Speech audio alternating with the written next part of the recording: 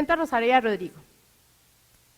Rosario hoy tiene 12 años y Rodrigo tiene 10.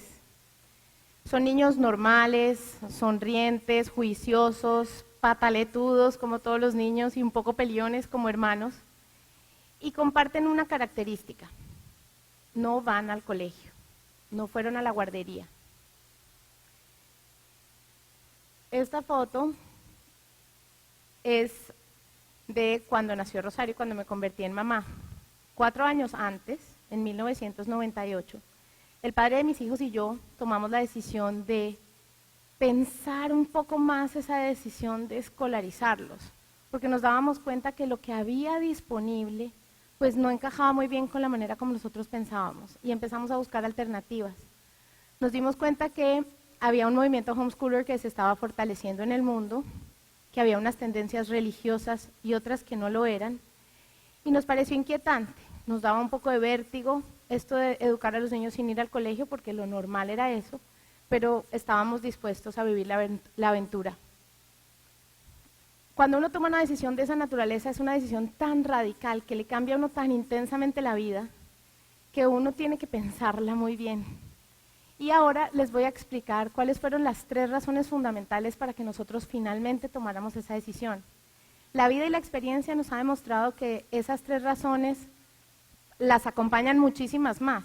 En el trayecto de los 12 años que han pasado desde que comenzamos, nos hemos dado cuenta que hay muchas otras razones, pero las 3 razones originales fueron estas. La primera es que el sistema educativo en Colombia magnifica y reproduce nuestras desigualdades y nuestras divisiones. La segunda, que en el colegio se fomenta una cultura del consumo y de la competencia. Y la tercera, que el conocimiento está disponible para quien lo quiera.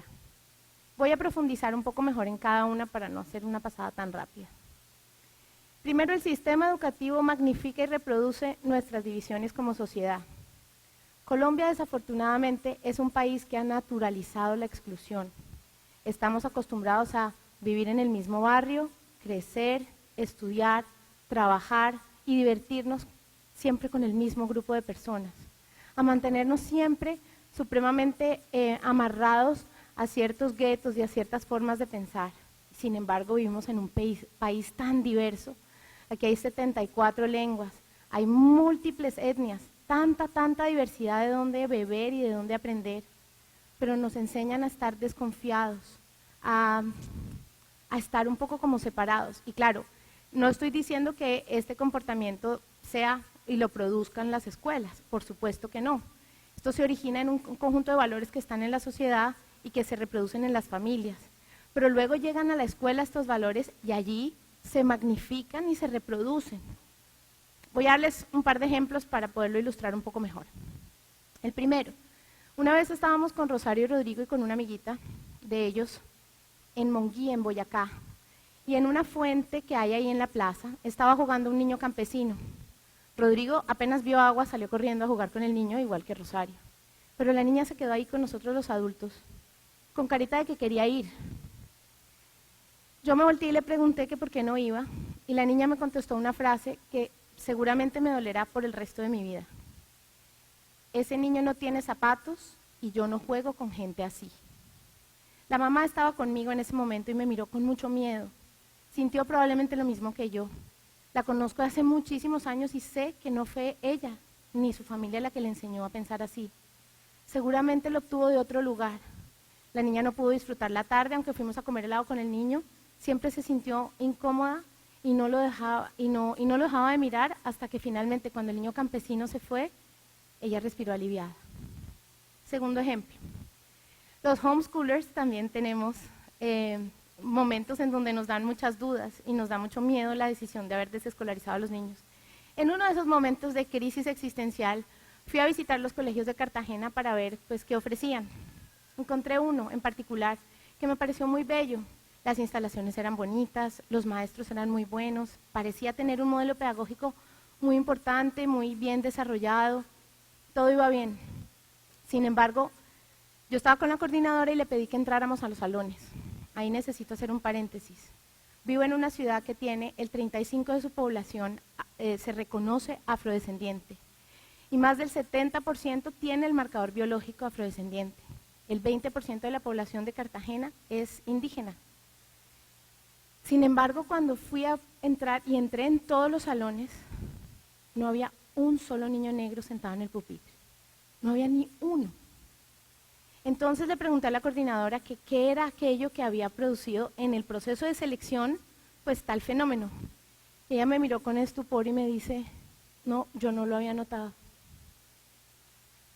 La segunda razón, definitivamente, yo creo que en Colombia tenemos que repensar radicalmente la educación para ser un poco más convergentes y más integradores. La segunda razón por la cual nosotros desescolarizamos a Rosario y a Rodrigo fue porque en el colegio se fomenta una cultura de consumo y competencia. Evidentemente, estudiar en un colegio caro es carísimo. Yo conozco personas que han hipotecado su casa para poder pagar el bono de ingreso al colegio, la pensión, las matrículas, pero además el monopolio editorial y el monopolio de los uniformes. Pero lo más terrible, porque incluso creo que lo del dinero no es tan grave porque uno lo consigue, pero tal vez lo más terrible de la cultura escolar es que fomenta una competencia grosera entre los estudiantes, una competencia por el que tenga más dinero, el que tenga el morral más caro, el que hizo la fiesta de cumpleaños más bonita, el que tenga las mejores cosas. Y honestamente esa es una cultura a la que nosotros no estábamos dispuestos a adaptarnos. Y es que las familias sí pueden actuar y contribuir favorablemente a la educación a través de la colaboración, no solamente a través de la competencia. La tercera razón es que el conocimiento está disponible para quien lo quiera. Tenemos la gran fortuna de vivir en un mundo en donde prendemos el computador y tenemos todo al alcance de la mano. Todo, demasiado. Podemos pasar horas de nuestra vida viendo gatos o tomando tutoriales para enseñarnos otras cosas. Tal vez la competencia más importante que deba tener un niño en el mundo actual es saber seleccionar la información que le es pertinente y conveniente y asignarle a esa información tiempo. Sin embargo, los colegios tienen una cosa que se llaman currículos y los currículos hacen justamente lo contrario, es decir, seleccionan, cuadriculan, organizan, ordenan, estratifican el conocimiento de tal manera que ya viene todo hecho. Por ende, el niño sacrifica justamente lo que más necesita, que es el proceso. Entonces, yo finalmente lo que les quiero decir es, esta no es una verdad, esta no es la verdad absoluta, esta es simplemente la verdad de una familia. Esto es lo que nosotros creíamos como familia en el momento en que comenzamos con la discusión. Nos ha causado esa decisión, y esa es una de las cosas que quisiera generar la reflexión en este auditorio, y es, esa decisión en la vida nos ha causado grandes implicaciones, nos ha implicado muchos cambios en la vida que tenemos, sobre todo a mí como mujer, porque yo eventualmente me separé y ahora me encargo de educar en casa a mis hijos sola. Entonces, quiero contarles dos de las implicaciones que ha tenido este proyecto de vida, porque eso es lo que es, esta decisión lo que se convirtió fue en un proyecto de vida. La primera decisión es que aprendes a depender, tienes que depender de gente que actúa como abuela prestada, como tío, como amigo, como chofer, hay un montón de fuentes de colaboración en la crianza de los hijos y uno tiene que estar dispuesto a pedir ayuda y a darla. Los amigos de uno ofrecen diferentes tipos de espacios y de posibilidades para la educación de los niños. Y además, por fortuna, en la red tenemos un montón de momentos y de experiencias que nos permiten hacer juntos y aprender juntos a través de cosas como, por ejemplo, esta foto de allá abajo, son las estatuas vivientes de Galeras que estuvieron aquí hace como 3 semanas. Estamos muy pendientes de la agenda cultural todos para podernos colaborar. Entonces, la primera implicación es que me convertí en una mujer completamente interdependiente de mis círculos de apoyo. Y la segunda es que pasé de ser empleada a ser emprendedora. Y es que toca, porque en una lógica del empleo, a los jefes no les gusta que uno no esté ahí todo el día, o que uno prefiera la orden de prestación de servicios, los modelos de contratación que son más basados en objetivos que los del horario. Y es que la verdad, yo prefiero estar más cerca a mi casa, más embebida en los asuntos de mi casa y poder estar más pendiente, por obvias razones. Por eso, hace 7 años con un grupo de amigos creamos una fundación que es muy pequeñita, pero no es ni una fundación empresarial ni una fundación familiar. Es una fundación que agrupa personas que queremos fomentar justamente los valores de los que les he venido hablando durante toda la charla. La convergencia, la colaboración, la sostenibilidad en vez de la competencia, este tipo de cosas. Porque además la fundación se ha convertido en una aliada para producir emocionantes experiencias pedagógicas en las cuales han podido estar Rosario y Rodrigo. Por ejemplo, estas fotos muestran cómo se ha creado una fuerte relación entre mi familia y la familia de los indígenas Zenú, con quien nosotros tenemos un negocio de catering de café y además tenemos unas rutas turísticas.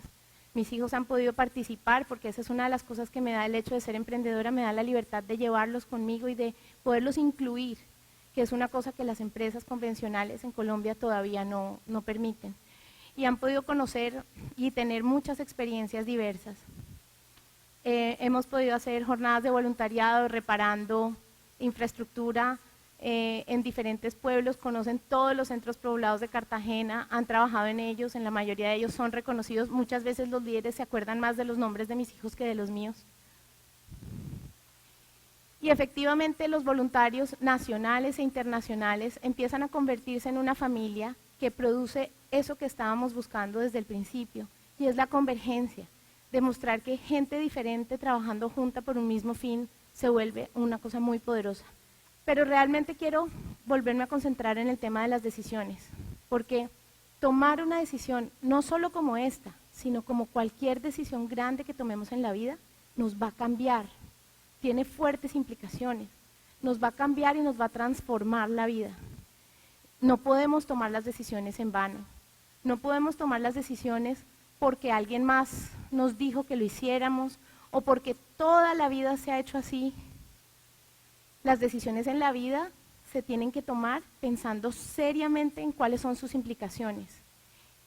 Y si hay que cambiar las reglas de juego, pues se cambian. Muchas gracias.